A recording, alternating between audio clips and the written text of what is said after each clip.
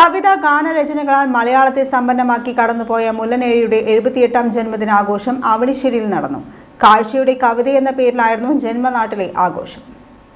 Mullanezhi foundation, Avanissery service സഹകരണ bank, Avanissery വികസന ജനകീയ സമിതി എന്നിവയുടെ നേതൃത്വത്തിലാണ് കാഴ്ചയുടെ കവിത ആഘോഷം സംഘടിപ്പിച്ചത്. അവണിശ്ശേരി സർവീസ് സഹകരണ ബാങ്ക് ഹാളിൽ നടന്ന ചടങ്ങ് നടൻ ഇർഷാദ് അലി ഉദ്ഘാടനം ചെയ്തു. അവണിശ്ശേരി ഗ്രാമപഞ്ചായത്ത് president Rosalie Joy, Avanissery bank president Ananthakrishnan, സംവിധായകൻ പ്രിയനന്ദനൻ, ജയൻ കോമ്രേഡ്, പ്രിൻസൻ അവണിശ്ശേരി, സുജാത വേണുഗോപാൽ എന്നിവർ സംസാരിച്ചു. നടൻ ഇർഷാദ് അലി കവിതയും കാവ്യഭാഷണങ്ങളുമടങ്ങിയ പൂക്കാതിരിക്കാൻ എനിക്കാവതില്ലേ എന്ന പരിപാടി അവതരിപ്പിച്ചു.